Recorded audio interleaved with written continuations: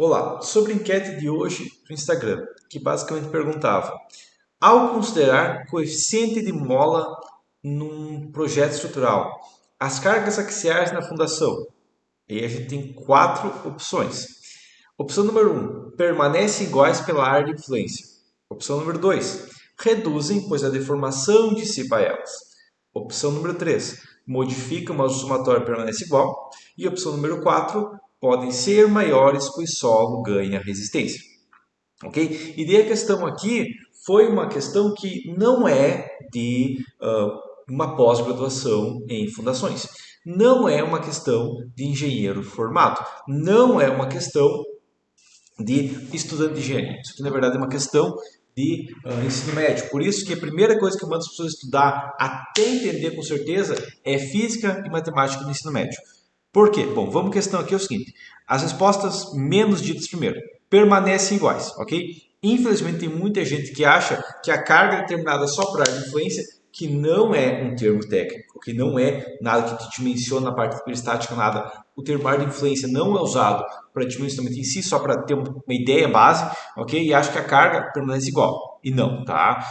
O motivo que a gente considera a rigidez de cada elemento é justamente porque quando a inércia da estrutura de cada elemento muda de uma estrutura hiperestática, os esforços modificam. Então, não permanece igual pela área de influência. Okay? Quem disse isso aqui disse errado, infelizmente. Ok? Tá? Não importa quanto. Se você achasse que a inércia de cada elemento não importava, você poderia fazer vigas lá com 10 de altura, entupir de aço, e ela continua exportando carga, mas não é o que acontece. Ok? A carga vai para outros elementos. Então, o mesmo princípio aqui é que não vai distribuir pela área de influência. Ok? A carga vai ser aplicada baseada na rigidez de cada elemento. Claro, a influência é um termo que a gente usa empírico, lembrando que a influência é um termo empírico, que vai dar uma ideia base do que seria digamos, uma seção estimada de uma peça e tudo mais, mas não é um termo que a gente utiliza em hiperestática. Ok? Próximo, segunda menos dita. Podem ser maiores, pois o solo ganha resistência. Agora outra questão. E aqui novamente é uma questão de não é nada complexo em si. Se eu vou numa obra, eu olho para a obra, eu consigo, é uma obra que está caindo, tá um recalque muito pesado. Você olhando para a obra, com o poder da mente, você consegue fazer parar o recalque? Não. Tá? Eu acho que não, eu não consigo. Tá? Eu acho que você também não consegue fazer um prédio que tá afundando para de afundar. Ok? Eu acredito que você não vai conseguir fazer isso com o poder da mente. Por quê? Porque você chegar no local, ou você projetando uma estrutura, você considera o coeficiente de mola, o solo ficar mais forte, isso aqui é uma questão que com o poder da mente você deixou o solo mais forte. Ok, então não, tá? Os esforços do solo continuam igual, a resistência do solo continua igual, e você olhar para uma fundação e fazer ela parar de deformar só porque você começou a olhar para ela de outra maneira, é uma forma de telecinese, sei lá, não é o que acontece, tá? O solo não ganha resistência só você olhando para ele, só você mudando a maneira que você imagina ele, porque senão, como eu falei, é questão de telecinese, a gente não aborda isso na engenharia. Ok? Daí a próxima questão, a segunda menos votada é reduzem por deformação de dissipar elas. E por que eu fiz essa enquete? Porque um aluno chegou para mim e falou: o valor de uma reação também muda aplicando solo elástico. Foi uma pergunta que ele fez. Eu falei: sim, muda, com certeza muda. Daí ele fala: então diminui a carga na fundação, já que o solo deforma, diminui. E a resposta é não. Tá?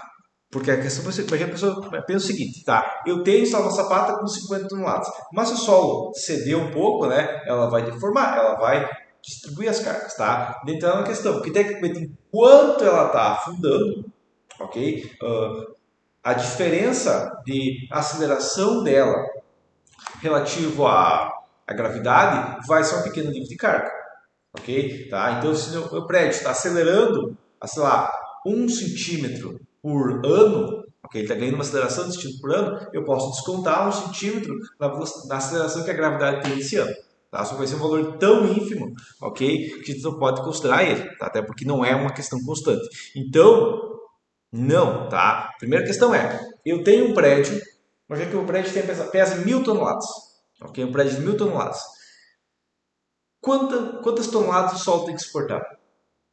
1.000 toneladas. Okay? O solo está resistindo um prédio de 1.000 toneladas, então eu tenho que aplicar 1.000 toneladas. Okay? Essa é a regra básica.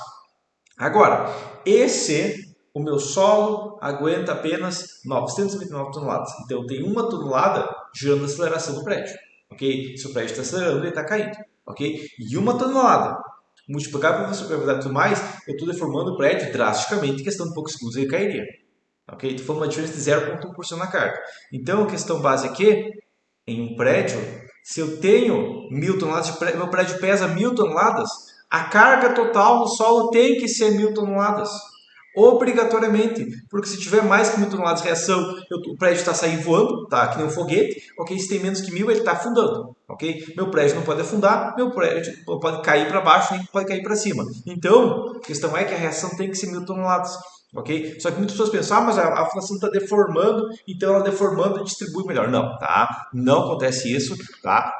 As cargas não reduzem, não faz sentido que reduz, tá? E os 57 engenheiros que disseram isso, realmente não entendem questão básica de física do primeiro ano, que força e reação. Toda ação gera uma reação.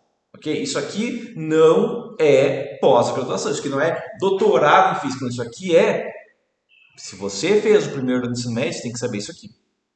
Ok? Isso é questão do primeiro ano de ensino médio. Tá? E a questão é que, colocando o coeficiente de mola, as cargas modificam. Ou seja, se uma fundação deforma mais, vai ser enviado carga para uma que deforma menos.